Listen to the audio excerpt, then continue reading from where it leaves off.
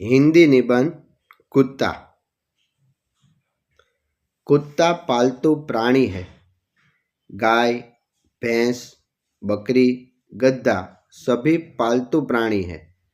कुत्ते अलग रंग के होते हैं।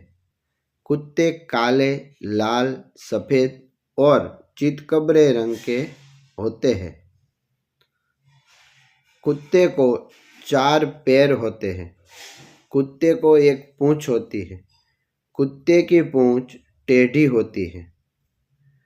कुत्ता मिश्राहारी प्राणी है। कुत्ता मांस खाता है। कुत्ता दूध, रोटी, भात खाता है। गांव में कुछ लोग कुत्ते को पालते हैं। कुत्ता घर की रखवाली करता है।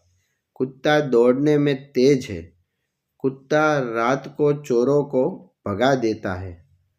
कुछ लोग कुत्तों को अच्छी तरह पालते हैं। कुत्ता समझदार प्राणी है। कुत्ता वफादार प्राणी है। कुत्ते की सूंघने की शक्ति अच्छी होती है। कुत्ता पुलिस को मदद करता है।